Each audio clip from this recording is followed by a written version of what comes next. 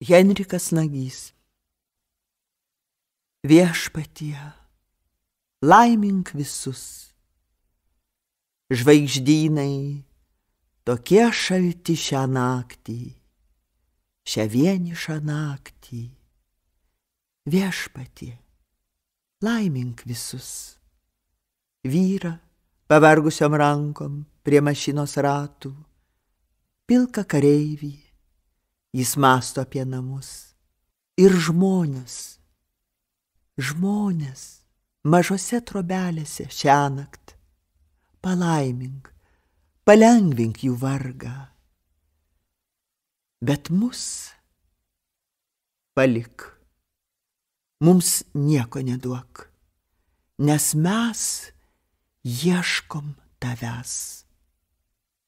Mūsų brolių kraujas ir prakaitas puolant mūsų, nieko neduok mums. Prakeik, bet atverk, nors vienam akis, nors vienam iš mūsų. Pasakyk, ar esi? Jei ne, tai ko ieškome mes? Nebuvau, kai žuvim ir duona minę penėjo.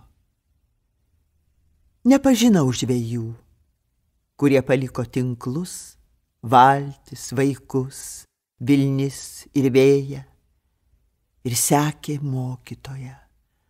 Tačiau tikiu tais, kurie visko atsižadėjo. Neaplankysiu, žinau, šventosios žemės.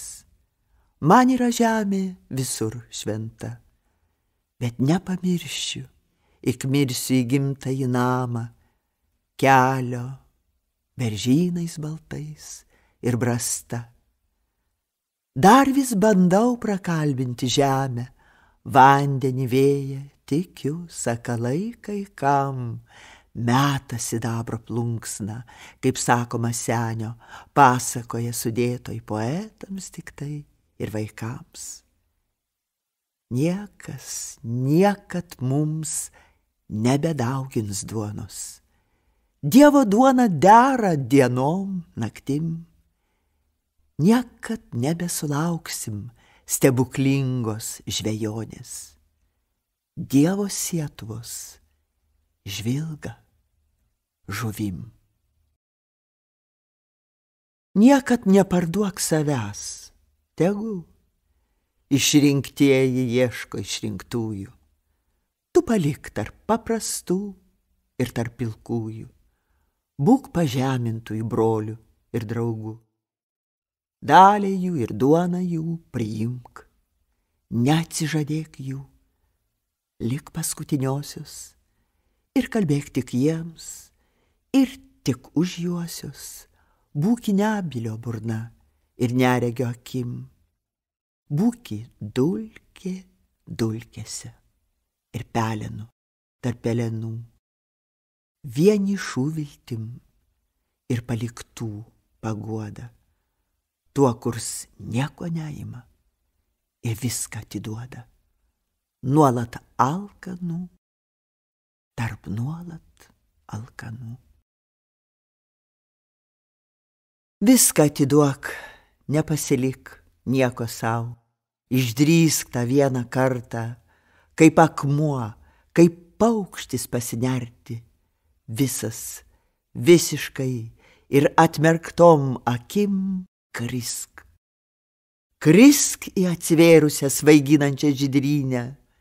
Tegul vėjai ir vanduo tave pasiima ir paskandina mėlynoj nirvanoje užsimiršimo. Nebijok nebūti, tik tada, atiduodamas save atrasi. Kaip Tibeto užsimūręs šventasis atsiskyrėlis kalbėsiesi su visata.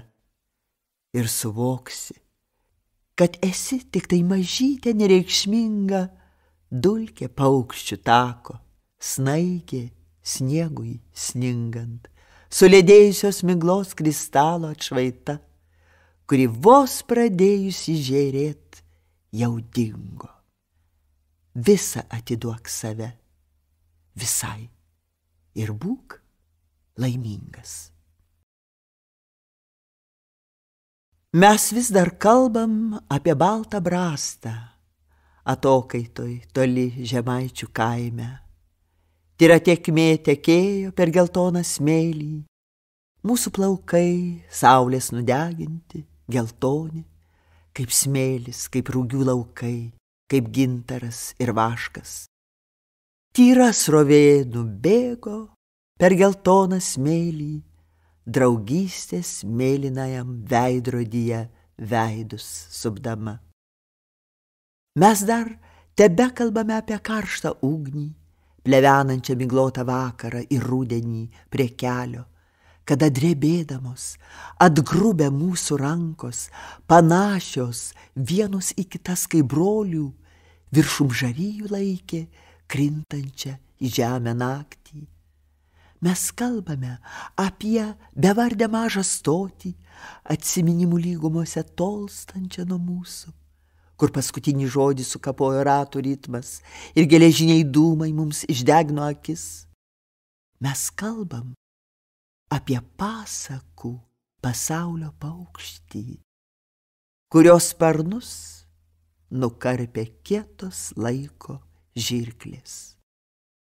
Mes kalbam apie gyvą žalią medį, kurio šaknis supūdė neatlaidus lietūs. Mes kalbame apie dainuojantį pavasarį, kurį seniai palaidojom žiemos karste. Mes kalbame ir kalbame apie draugystės saulę, kuri užgeso danguje ir žemėje po pelenų pluta. Nebuvo pavasario. Po žiemos atėjo žiema. Kaip pasakoje, kaip sapne. Keista. Ledai, kai užklojo dangų, veidą ir ežerą, nepastebėjau. Nebuvo vasaros, nei rudens. Po žiemos atėjo žiema. Nebijok tylumos, žiūrėk, kaip žemė žiemą žiemoja, tyli ir kantri. Užpustytoj paežerėj, po ledu ir po gruodu, miega šaknys sapnuodamos atodrėkį. Saulės laukia sula. Nebijok tylėti. Tyla visų pavasarių motina. Apglėbk ir priglausk išnešiotiną žodį ir lauk. Leisk žodžiams aukt. Tegul sotina ir juos kaip medį ir želmenį, neišmatuojami gelmenys. Leisk žodžiui nokti. Tylėk ir lauk.